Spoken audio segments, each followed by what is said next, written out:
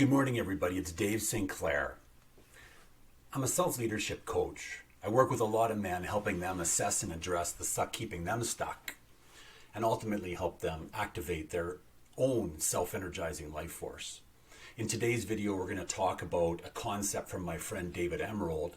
He wrote the first book that I really leaned into in my recovery journey from chronic stress and all the other things keeping me stuck. The book is called The Power of TED, TED standing for the empowerment dynamic. And in this book, he talks about a whole bunch of concepts we're going to look at here quickly today. We're going to breeze through these things. And we're really going to focus on this hardwired, problem-focused mindset that we have and how we can start making shifts towards bringing more of an outcome-focused mindset to really help complement that problem-focused mindset. This problem-focused mindset, again, neither one is right or wrong, and it's this problem-focused mindset that really served us well when we were out hunting for food, hiding from other cavemen, and protecting ourselves from potential saber-toothed tigers that were lurking behind us. So let's take a look. Jumping into this, what is a problem-focused mindset? Well, let's take a look. You have a problem, okay? And in the problem-focused mindset, we're really going to take a look at both of these. What we're going to talk about here can happen externally. It can be external things going on. But what we're really going to focus on today is when something external happens, how do we feel about it? How do parts of us inside of us feel about it? And we're going to get to know some different parts of us. Again, there's no right, there's no wrong parts. There just exist parts inside of us that get activated and have emotional responses. So when a problem comes up, I don't know if you've ever felt this way, but I used to feel this way a lot.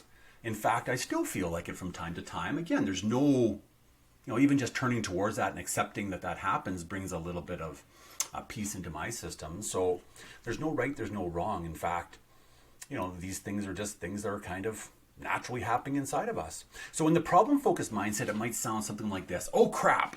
Another problem to deal with. Why me? This is so freaking overwhelming. You ever feel like that? And it has a little bit of a victim-y feel to it.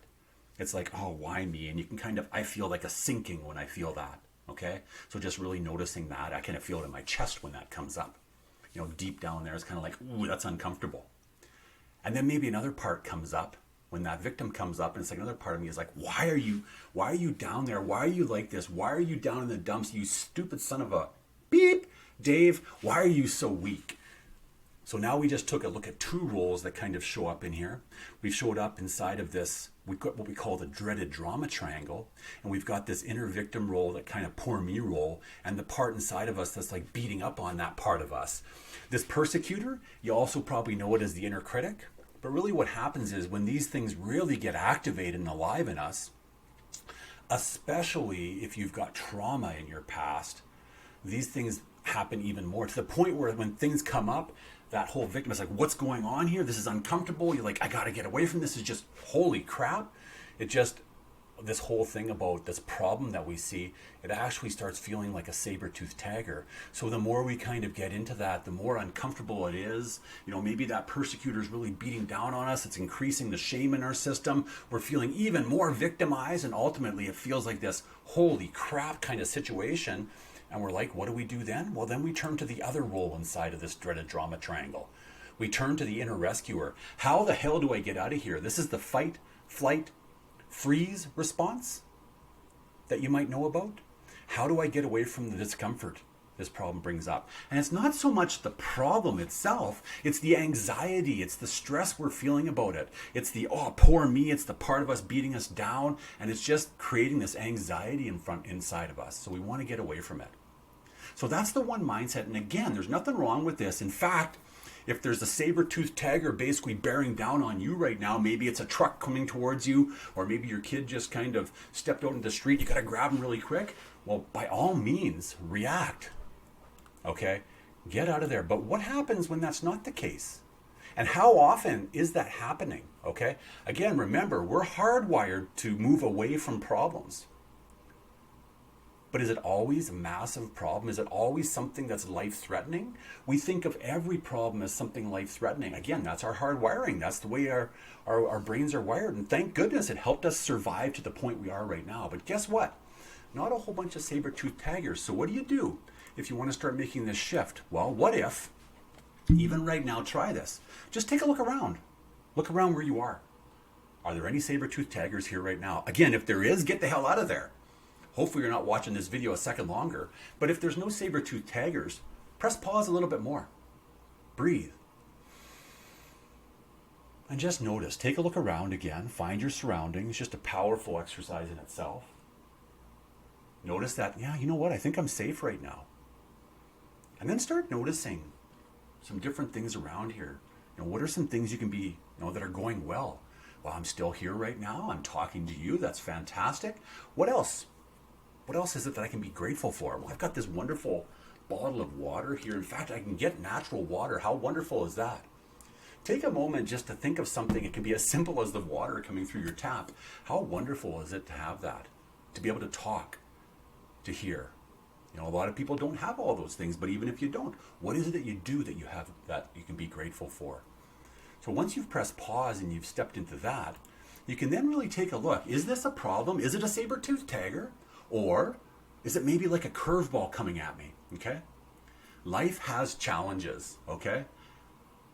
We don't have to like them all. That's true. But what if we just accept the fact that challenges are here? Do you feel that? Actually, just accepting the fact this challenge is here, it helps my nervous system kind of calm down. We all face challenges, okay?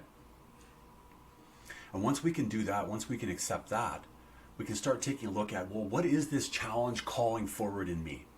So I'm just going to move my head over here. We've basically ascertained there's no saber-toothed tagger, so we're going to get him out of the way, okay? And once we start taking a look at this and really seeing it as a challenge, well, then we can say, guess what? Maybe there's an alternate to this dreaded drama triangle. Maybe there's an alternate to bouncing around in here. And that's what we call the TED triangle, the empowerment dynamic. And again, this is created by my friend David Emerald. The book, The Power of TED, goes through this really well. A fantastic book, a strong recommend. And here we can start stepping into the roles. And the first one is, what is this challenge calling forward? So instead of looking at something beating you down, instead of looking at this thing happening to you, what is it calling forward in you? Instead of it being a persecutor, what is it challenging? And even turning towards that part of you that might be beating you up, saying, what the hell is wrong with you? Turning towards that part and saying, well, what do you most want from me? What is it that you're calling forward in me? Even turning towards that part of you and just recognizing that, hey, I get it. There's stuff going on. You're activated. What do you most want from me? So kind of starting to make that shift from persecutor to challenger, okay? And then once we have that, probably the most important question we can ask that helps us move from this feeling of, oh crap, another problem, is we really can get our eyes up towards what is it beyond this challenge? What is it that I most value here?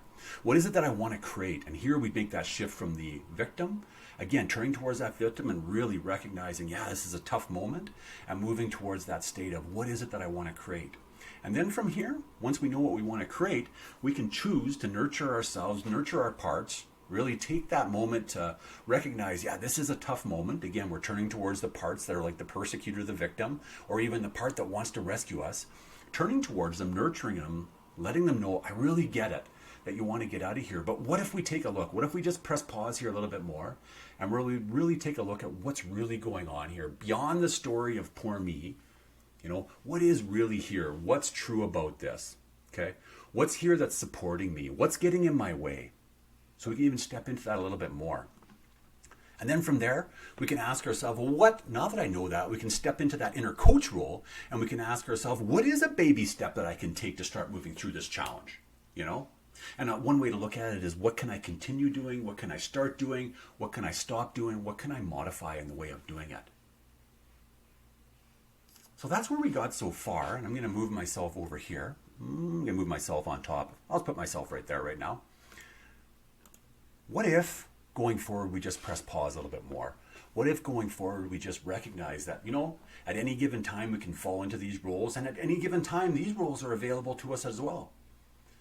What if we just take a moment there to press pause a little bit more, to recognize when we're trapped in this DDT, to recognize when, this whole idea of trying to run and this constant cycle of, there's a problem here, I'm going to get away from it, and the continual kind of stress we find ourselves in, which that's what this kind of looks like, where we feel like we're just hanging on by a thread.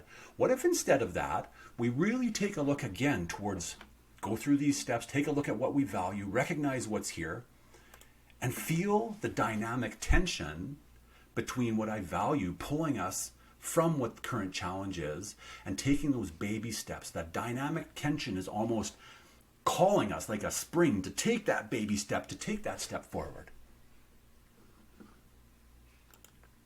And ultimately start, again, it's not perfect, it's not a straight line, but start feeling that pull up towards what we want to create in our lives. Stop just completely focusing on what's going wrong, what's stuck, and start looking towards what do I want to create here. So, just a little summary. What's next for you? Are there any saber-toothed tigers around right now? If not, well, if there is, again, react to it, get the hell out of there. But if not, what is around you that you're grateful for? Okay? What is your current challenge?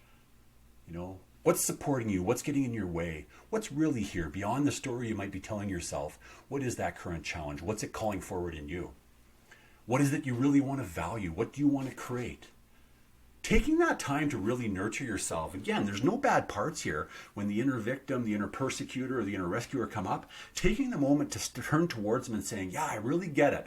I get this is a moment that's difficult. And what is it that we really want to create here? What do you need so that you feel a little bit more comfortable? A need from me, my core sense of self. We talk about that, self-leadership coach, really tapping into that self-energizing life force, being that leader of your internal system that your parts most need. And then ultimately, what's the baby step you can take to move forward?